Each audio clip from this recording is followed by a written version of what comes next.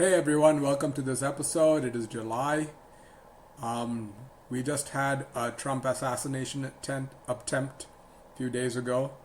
Just wanted to talk about that. Look at this. He was speaking in Pennsylvania. He was speaking here. This is the crane setting up for the event. You can see some rooftops over here. That was behind where he was speaking. You can see the stage up and the stand set up behind him. Now look at the second picture over here. You can see the rooftop behind where he was speaking, and in the far distance, very nearby, the rooftop where the shooter was. Now, I don't know about you, but if I'm Secret Service and I'm security, I'm going to want to have people standing there and making sure that nobody has a line of sight to the president. So, not sure why that obvious thing was not overlooked. Lots of conspiracy theories on the internet. I'm just here pointing out that doesn't make any sense. Anyway, he survived. So moving on to our next topic, which is David Attenborough. Let's see now. David Attenborough, let's take a look at this wonderful human being. Do you ever allow yourself the indulgence to imagine what your legacy might be? No, I don't. I personally won't have a long-lasting legacy. But I think that the policy of the BBC of putting on natural history at peak hours and so on with your programmes and my programmes has actually bred an awareness of the natural world in British people, which is quite remarkable, an awareness that I don't think exists anywhere else, actually. Amazing, man. This guy recorded the Blue Earth. So if you're in the Toronto area and you're looking, you are in the market for a penthouse, we have here 20 Edward Street, penthouse number 1, for sale. Let's take a look at the ad. Welcome to 20 Edward Street, Penthouse 1.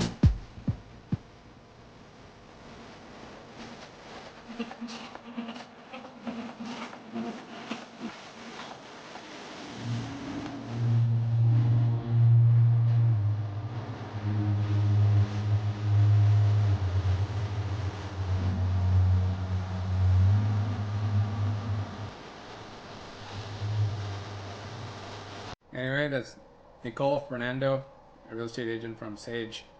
Go check her out. Her LinkedIn is Nicole Fernando _. Hey, condo's only $1.19 million. I hope listed, but you know. So let me know if you're $1.19 million, or at least can take a loan off it. It's a decent looking condo.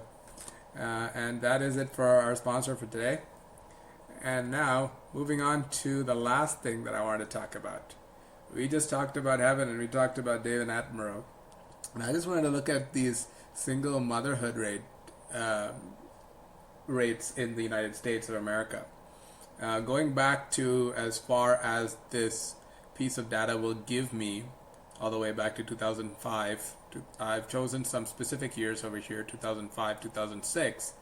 You'll see that among, let's say, non-Hispanic whites, so Caucasians, 23% of children born to Caucasians are born to in a single motherhood home.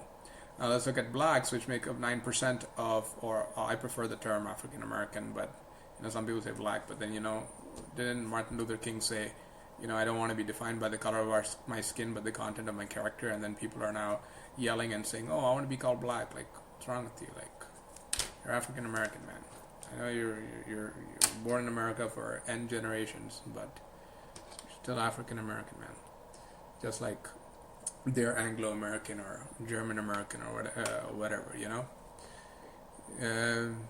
appreciate your ethnicity. Anyway, so 63% of children in the United States who are African American and who are under 18 years old have a single mother as their mother. 63%. That's more than 50%. That's like for every 10 African American children you see under the age of 18 in the United States, 6 of them have a single mother. And looking at Asian and Pacific Islanders, so I don't know why they group South Asians and East Asians together in one group. Like, we're totally different culture. They're smarter than us. Anyway, 16%, still bad, needs to be 0, unacceptable. Hispanics, 42%. Come on, we can do better. Total of all the children 18 years old and under, 34%, or out of every 10, 3 of them have a single mother. Like, what is this?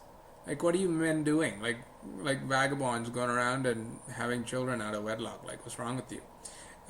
Anyway, here's the definition. This is very important to me because sometimes you read this data and you're like, oh, but what do they mean by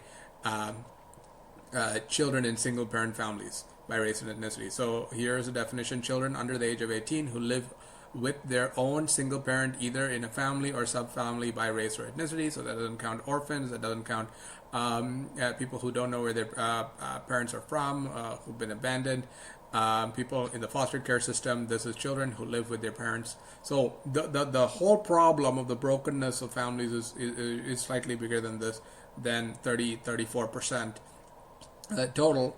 But let's continue the definition. In this definition, single-parent families may include cohabiting couples and do not include children living with married step-parents. Okay, so single mother, not married a second time. Children who live in group quarters, for example, institution dormitories or group homes, are not included in this calculation. It's like orphanages or those in foster homes, not included. So the brokenness of families in the United States is bigger. We'll have to look at the orphanage rate, those in the child care system, to get the exact number. But 34%, 3 out of every 10 American children under the age of 18 right now, born after 2005, 3 out of every 10 are in a single motherhood home.